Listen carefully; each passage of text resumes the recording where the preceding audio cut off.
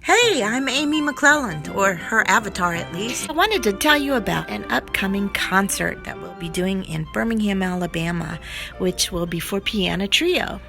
The concert will be free and open to the public, as well as aired online, and it will feature original compositions and a commissioned poem.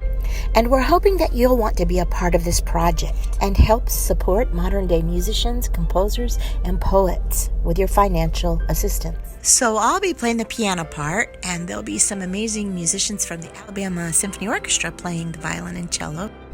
Here are some excerpts from some recent concerts that we've given.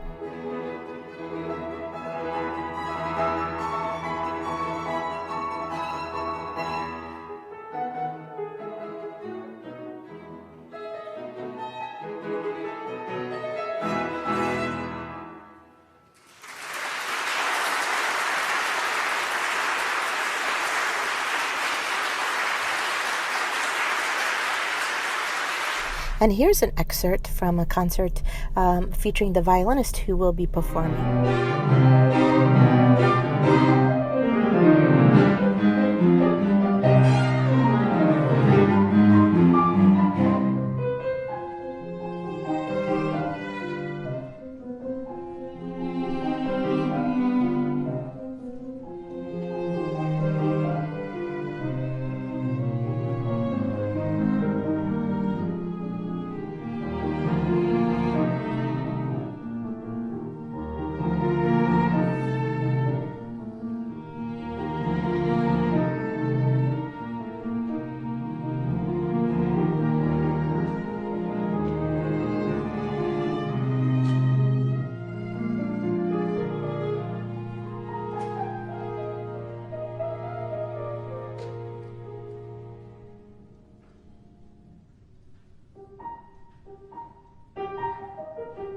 Of course, we're performing Beethoven there, and in this concert I'm about to tell you about, we'll be performing some original compositions that I've written, along with an amazing work by Antonin Dvorak.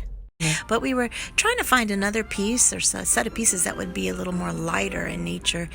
And I couldn't find anything that really seemed to fit. So I thought, hey, why don't I compose something? So the first set of pieces I composed, which hopefully will open the concert, are a set of 10 short pieces, and they're entitled Postcards. So just like a postcard, they're nice and short, about 1 to 3 minutes long. And each one is about a specific word that has to do with travel. Then we'll play the major work, and then we'll close with a set of pieces that are inspired by poems by famous poets. Some of my favorites, Emily Dickinson, Robert Frost, and actually the final one will be a poem that is commissioned by a modern-day poet. Which is where you come in, because we're going to need to find some funds somewhere to be able to rent the hall and pay the musicians and the poet as well. We're going to include the names of the donors in this really cool way in the program. Of course, wink wink, I can't tell you now because it would ruin the surprise. So the first postcard is a Latin word that describes the feeling that pushes someone to travel. This adjective describes a desire to change and alter one's life, behavior, or situation. And in the piece itself, you see this opening passage that really drives you and pushes you into the piece, propels you forward, with these really fast harmonic changes.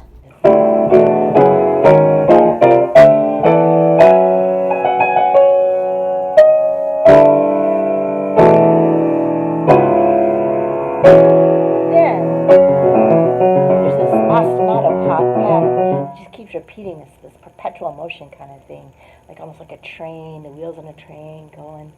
And I also tried to kind of capture this frontier Americana sound with the harmonies. I love that chordal open harmony. And it has this perpetual motion kind of a feeling to it, as if you're traveling or wanting to travel. So here we go. So I was going to say, if you could just imagine a pretty sound as you listen to this, bear in mind this is a computer program and it doesn't really sound like a real violin.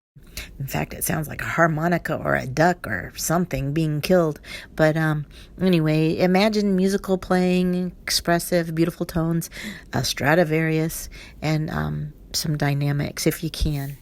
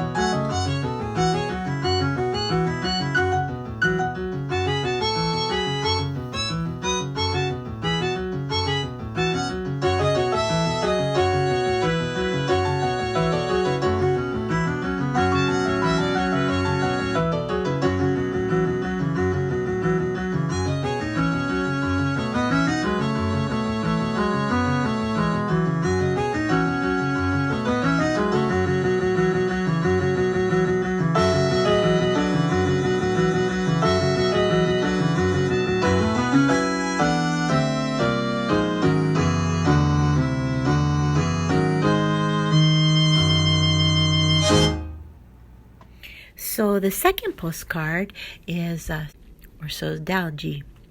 It's a Portuguese, a Brazilian word that describes the nostalgia and love that remain after the journey ends. And it's a desire to return to a favorite place or a person that you met along the way. It's a yearning to be near to something or someone distant, and the feeling that remains after the trip ends. And impetus for the traveler to return to a favorite place, even with the knowledge that it may not be the same upon revisiting.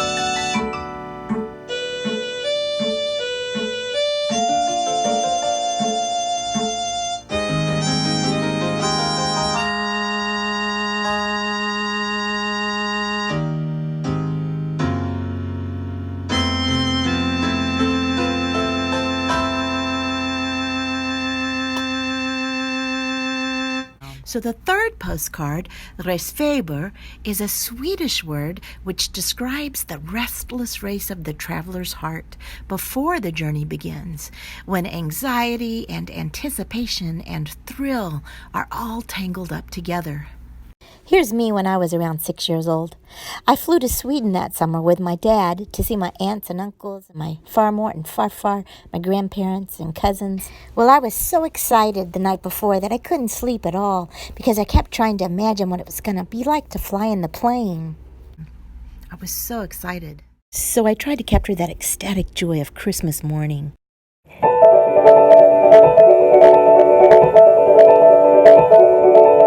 Just the sparkle and the wonder.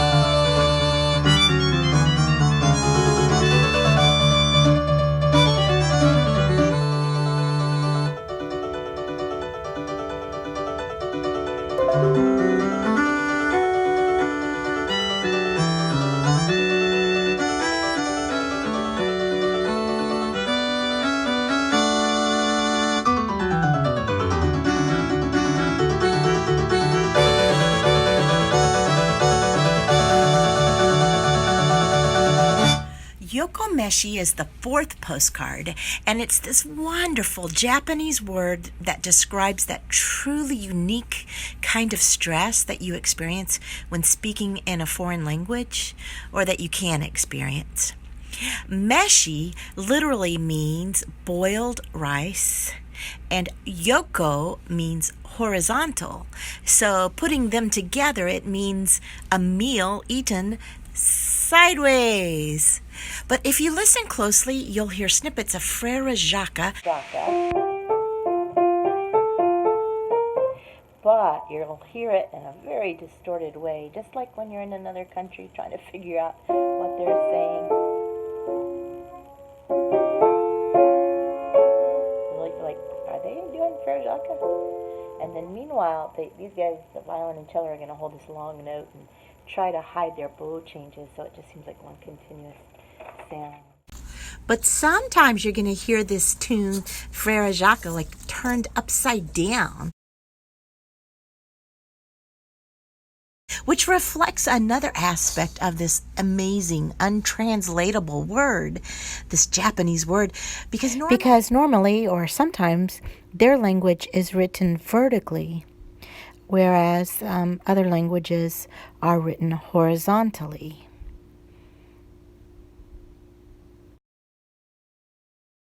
So, here is Yokomeshi.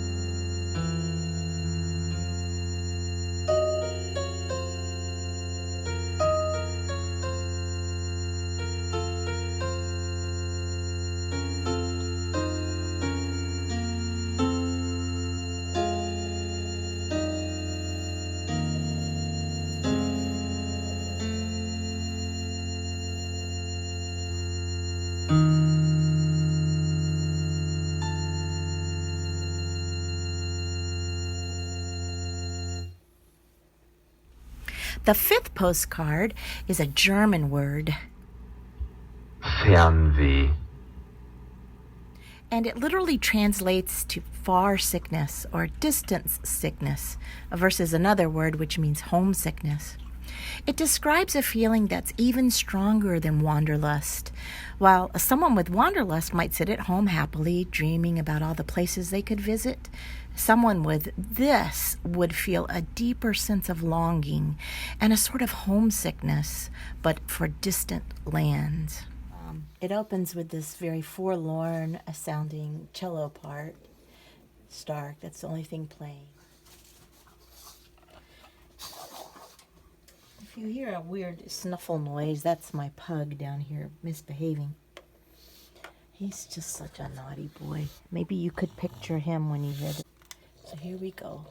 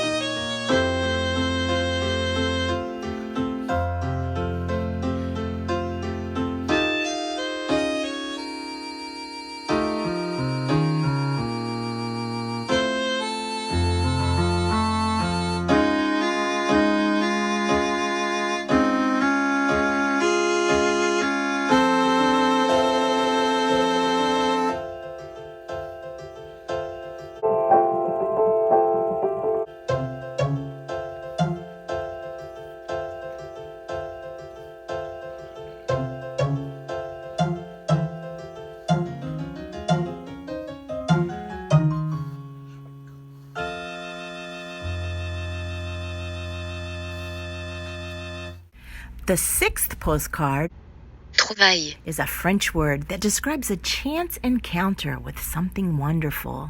Whether it's stumbling across a hidden back street, a quaint cafe, or connecting with a local, this French word describes those magical moments we experience in our journeys. There's a sleuth-like characteristic to it, suspenseful type character to the piece, because we're going to be exploring. Like that character in Garrison Keillor that they always do.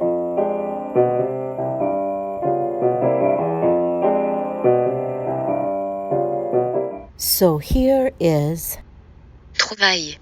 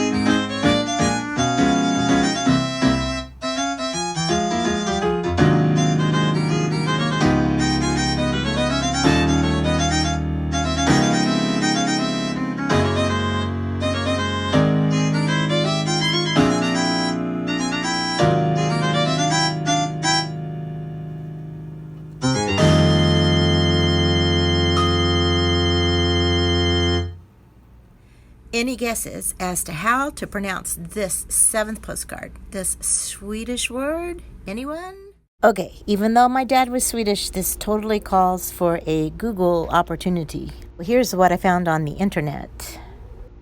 Livsnjutare. Livsnjutare. Livsnjutare. Yeah, what he just said. Anyway, this fancy word means someone who loves life fully and lives it to the extreme. Literally, it means enjoyer of life. So I tried to capture that with this really rhythmic, kind of upbeat ostinato pattern in the piano part.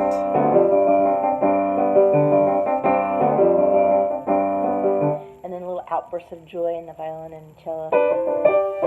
Real rhythmic. Little slides, portamento that they can do. Doesn't sound like that. Also, there's a displacement of the beat. So, like if it's in 4/4, 1 2 3 4, 1 2 3 4, then you'll feel 1 2 3 1 2 3 1 2 1 2 3 1 2 3 1 2 on top of that sometimes. So, like the left hand 1 2 3 4 1 2, and the right hand 1 2 3 1 2 3 1 2 1 2 3 1 2 3. So together, really kind of gives it this jolly, energetic vibrance.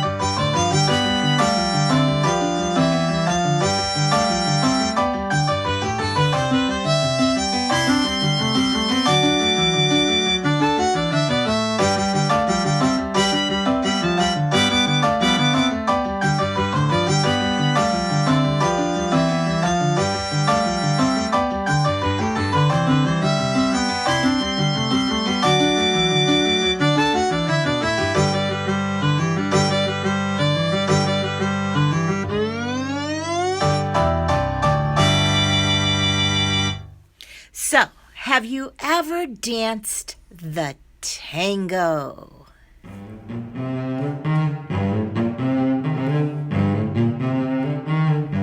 Well, this 8th postcard, Significant, kind of reminds me of a tango. Because it doesn't always take two to tango. Because sometimes the kind of travels, the real journeys, where you return home altered on some cellular level, are best done by yourself. So this Latin word, from the Latin word significant means lonely or solitary, and it describes anyone who enjoys meandering around new countries and new places alone in order to take it all in. So more than your daily grind, more than your bricks and mortar home, it's the people in your life who fix your sense of identity, and being away from them for a while is strangely freeing, no matter how much you love them. So it doesn't always necessarily take two to tango. So there's kind of two moods to this piece. The first one would be when you travel alone, sometimes you do feel lonely or reflective. It's more austere. And then the second feeling, it gets a little faster at the end. It's pretty vibrant, where you smell everything, you taste everything, you savor everything in a way that you don't usually when you're with other people. This one's like an intro to a tango at the beginning.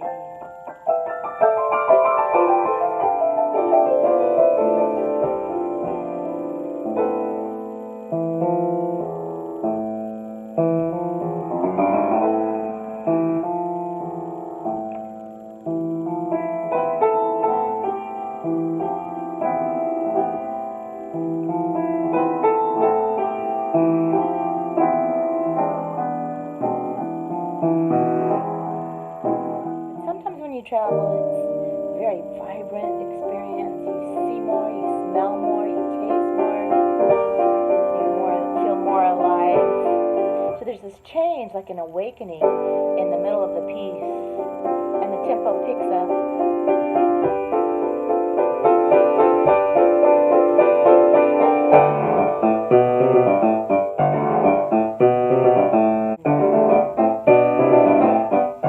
So anyway, that picks up and it builds to this big, big, happy, joyous celebration at the end.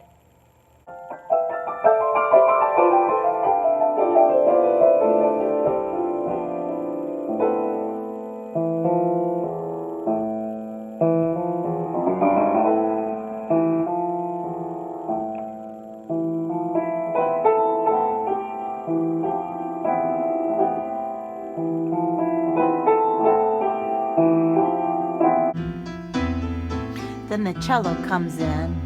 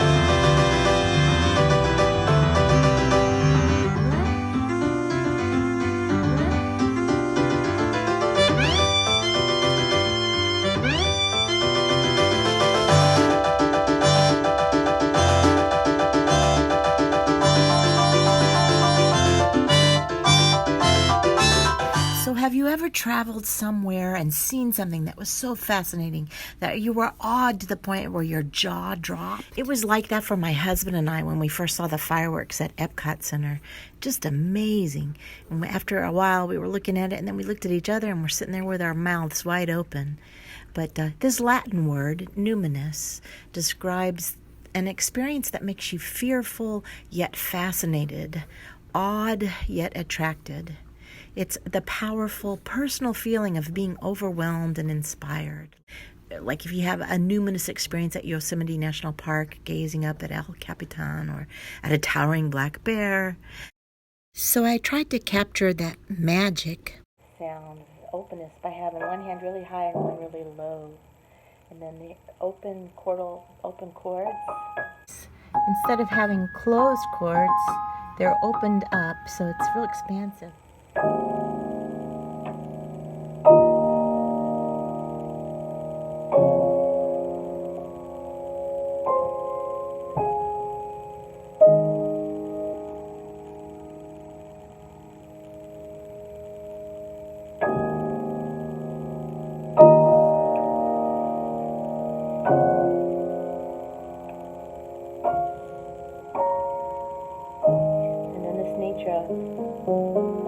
cello part and then the piano joining.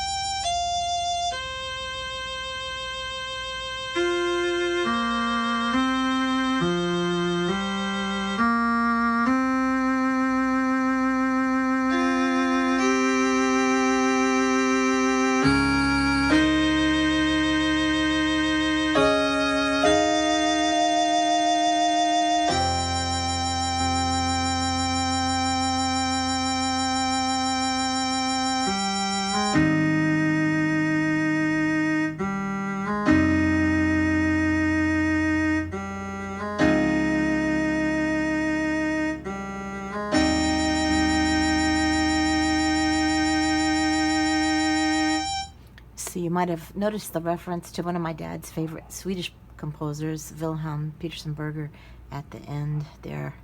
But I just had to include that because it's one of my favorite pieces he ever did, landscape.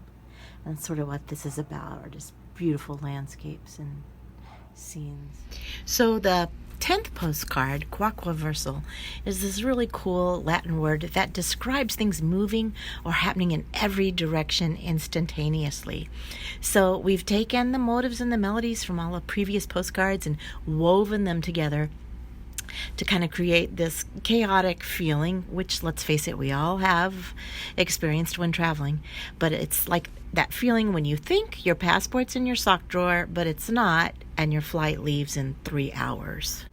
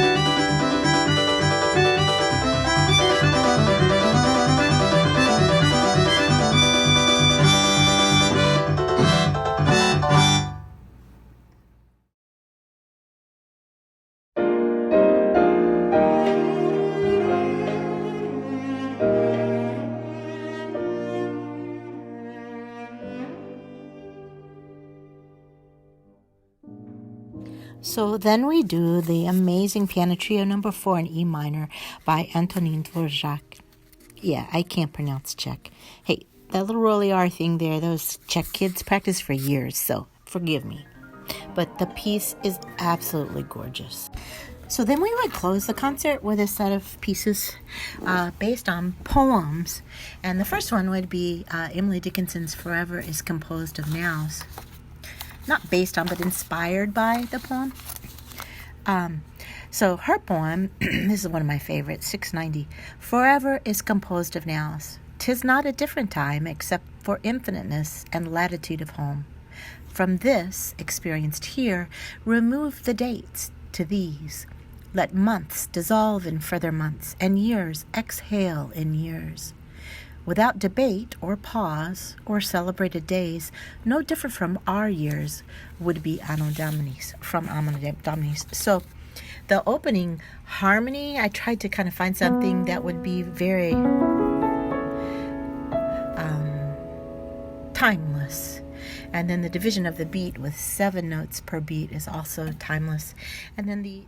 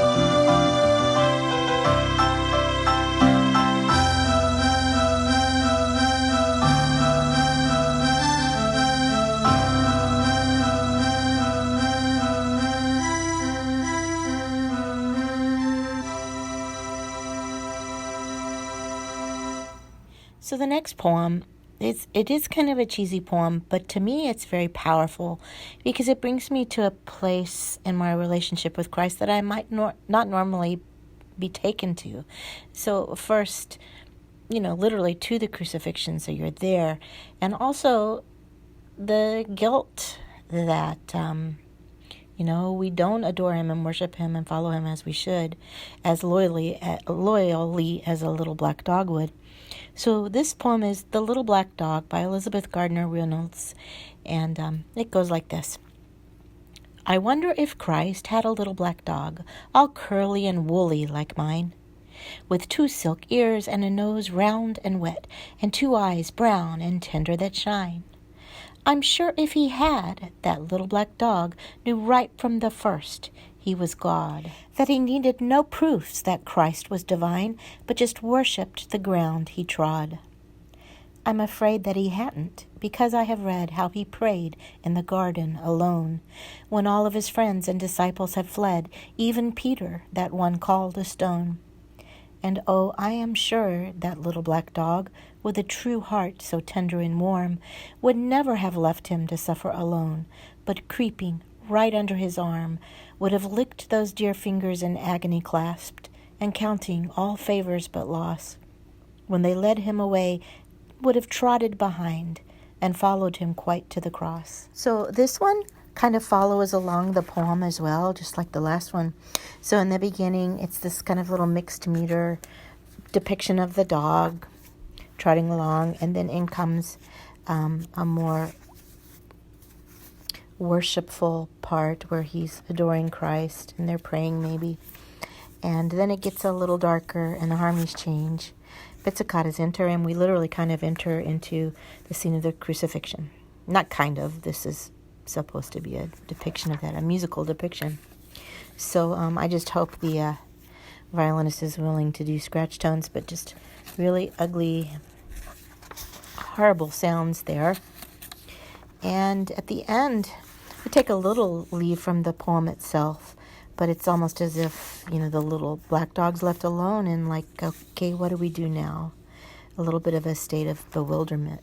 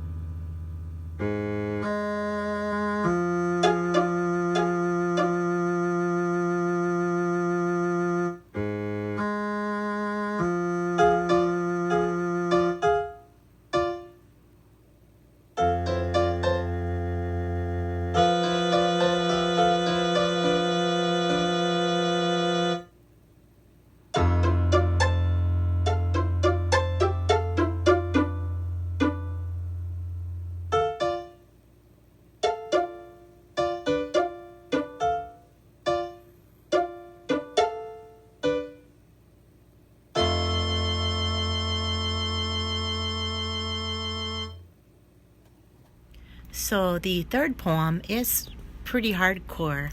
I gave it a title of The Transforming Face, but it's based on the poem My Life Had Stood a Loaded Gun by Emily Dickinson. And some people interpret this poem can be interpreted so many different ways, but some interpret it as, rage and maybe even a possession. But it's dark. And that's the interpretation I kind of go with. So in the beginning, it's just pure outrage and it's the scariest thing you've ever faced. And then all of a sudden, and maybe you know someone like this. Actually, I personally do, and this piece is based on a real life story.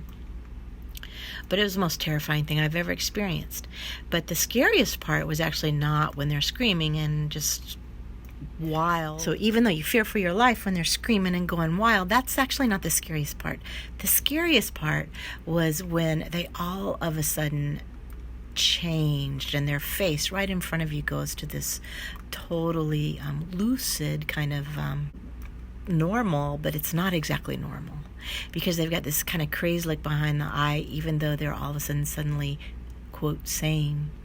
And it's that the Vesuvian face in the poem is in that moment the part I try to capture here, because it's like they love the fact that they have unleashed this rage, and they just adore it more than anything, which to me kind of seems like a possession almost. And then there's this part where they're almost mocking you with it, laughing, and it actually ends with these 4 kind of haunting chords, as if it's chiming the hour for the witching hour. So hopefully you've never met a person like this, but the poem itself, I'll read it. My life had stood a loaded gun in corners till a day the owner passed, identified, and carried me away. And now we roam in sovereign woods, and now we hunt the doe. And every time I speak for him, the mountains straight reply. And do I smile such cordial light upon the valley glow? It is as a Vesuvian face had let its pleasure through. And when at night our good day done, I guard my master's head. 'Tis better than an eider's duck's deep pillow to have shared.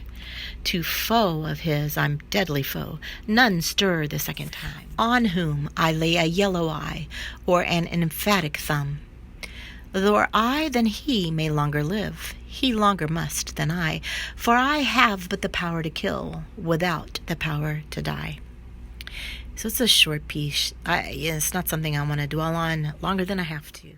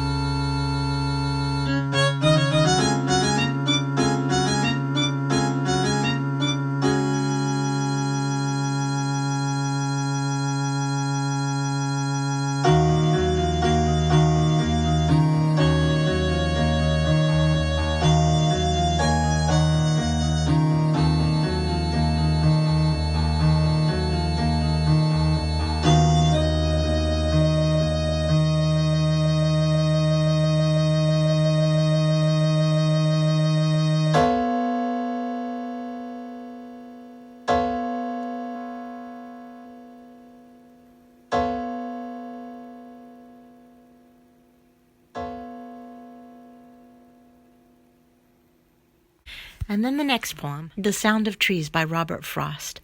And it's sort of about, in the beginning, the trees are talking to each other, and just a dialogue. And then they're all like making all this big noise about all the big things they're going to do in this world, like how you going to keep them down on the farm after you've seen Gay Paris. But of course, in the end, they are stuck. And so they stay where they are, but they say they meant to. So this poem's wonderful. I wonder about the trees. Why do we wish to bear forever the noise of these, more than another noise, so close to our dwelling place? We suffer them by the day, till we lose all measure of pace, and fixity in our joys, and acquire a listening air. They are that talks but never of going. gets away, and that talks no less for knowing, as it grows wiser and older, that now it means to stay. My feet tug at the door, and my head sways to my shoulder, sometimes when I watch trees sway from the window or the door. I shall set forth for somewhere, I shall make the reckless choice, some day when they are in voice, and tossing so as to scare the white clouds over them on. I shall have less to say, but I shall be gone.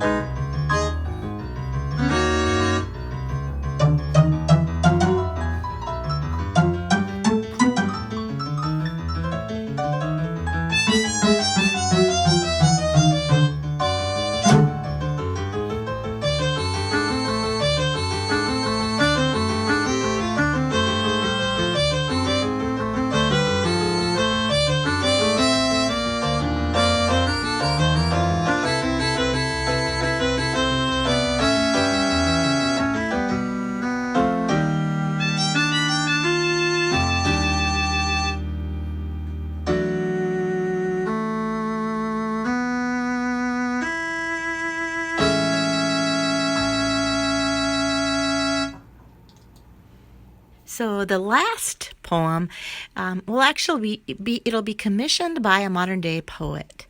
And what I was hoping was it'd be ideal if they could have hiked this same Ricketts Glen that I hiked, that the piece was based on.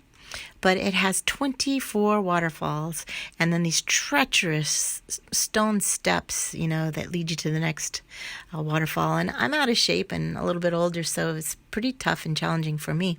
Plus, I had a pug and a chow chow mix with me in the hike. But at any rate, they could at least visit some videos and photos of this place and see if they can come up with a poem. Well, where I came up with the music, they can come up with a poem, and we'll meet in the middle. It's pretty groovy, man, and we're even going to have a conga player for this one, so I think it'll be a lot of fun.